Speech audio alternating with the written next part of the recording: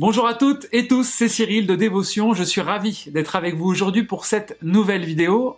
On est sur un deuxième confinement. Je sais que pour beaucoup d'entre vous, c'est difficile. Ça l'est également pour moi. Difficile à accepter, difficile à gérer, difficile, plein de difficultés. Je ne vais pas réitérer tout ce qui a pu déjà se dire sur les réseaux sociaux. En tout cas, moi, aujourd'hui, j'ai décidé de vous parler des réseaux sociaux parce que c'est un peu le seul lien aujourd'hui qu'on a avec nos clients.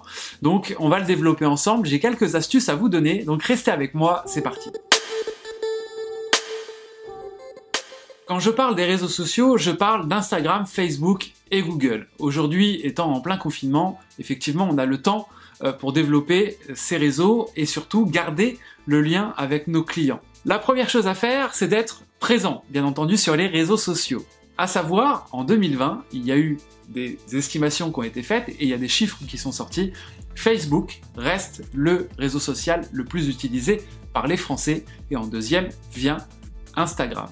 Vous savez sur lesquels il faut travailler principalement. Bien entendu, vous devez référencer votre établissement sur Google, qui est un moteur également pour créer et avoir et obtenir et aller chercher des nouveaux clients. On commence par Instagram. La première astuce que je vais vous donner, c'est d'aller utiliser un maximum d'hashtags. Vous avez le droit à 25 hashtags par publication. Je vous invite à en mettre 25. La deuxième astuce, c'est d'aller mettre des hashtags qui soient cohérents. C'est-à-dire, si vous avez votre salon qui est à Chartres, vous allez mettre hashtag Chartres et hashtag toutes les villes qui vont être autour de cette ville. Pourquoi? Parce que c'est des gens qui potentiellement vont pouvoir venir dans votre salon. C'est pas la peine d'aller mettre un hashtag hairdresser par exemple, qui va aller toucher je sais pas combien de millions de personnes, mais en aucun cas les personnes qui vont être autour de votre salon. La troisième astuce, ça va être de suivre ce fameux hashtag Chartres, parce que à l'intérieur de ce hashtag, vous allez avoir des gens qui sont dans la ville de Chartres et qui vont publier et qui vont utiliser ce hashtag. Donc vous allez trouver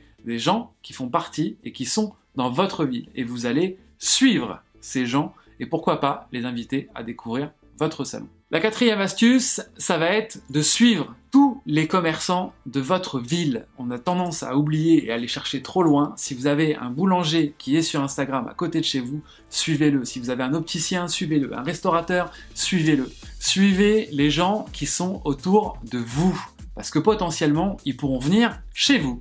La quatrième astuce concernant Instagram que je vais pouvoir vous donner, c'est de créer des posts variés. Ça peut être une coiffure, une photo de l'intérieur de votre salon, un moment de vie, un tuto, votre équipe, des réalisations, des avant-après. Variez le contenu, mais important, essayez de suivre une philosophie et d'avoir des messages qui soient en accord avec votre salon de coiffure.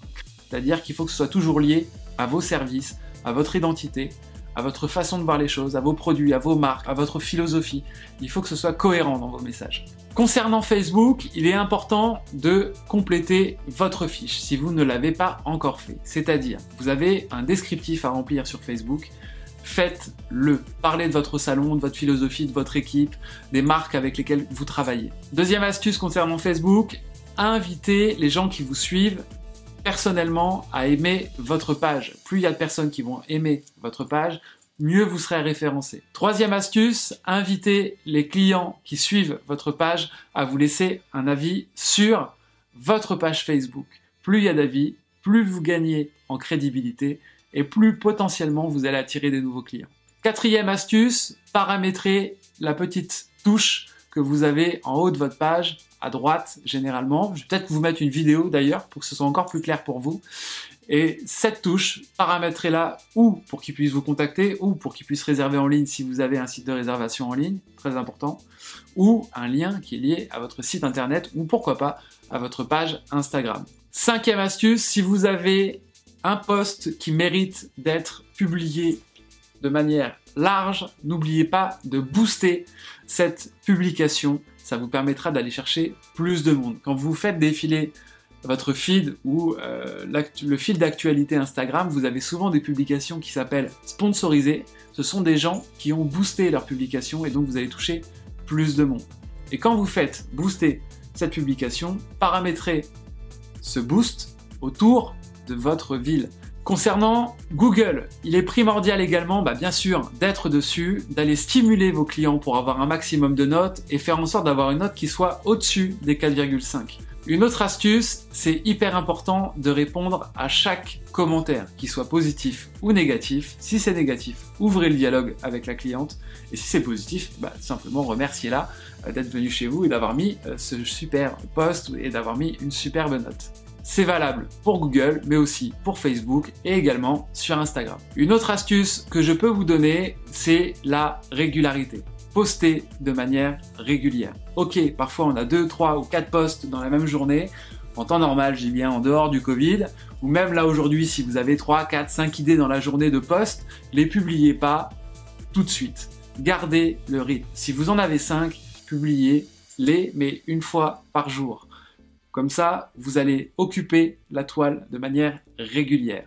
Pour terminer, sur ces astuces, allez vous inspirer. Il y a forcément des gens sur la toile qui postent, qui ont une activité forte, intense et qui ont des résultats avec beaucoup d'abonnés, etc. Suivez ces gens-là, inspirez-vous des posts qu'ils font. J'espère que cette vidéo vous a plu. J'ai voulu faire un format assez court et assez efficace et vous donner un maximum d'astuces pour que vous puissiez, pendant ce confinement, développer votre vitrine digitale. Je reste à votre entière disposition, bien entendu, si vous voulez plus de conseils ou si vous souhaitez être accompagné dans le développement de votre vitrine digitale et de tout votre business. Je fais de la formation en couple, j'ai des services d'accompagnement et des solutions d'accompagnement en présentiel et en distanciel. Je vous invite sincèrement à aller sur mon site www.d-votion.fr, à me suivre également sur les réseaux sociaux et je vous dis à très bientôt. Prenez soin de vous. Merci.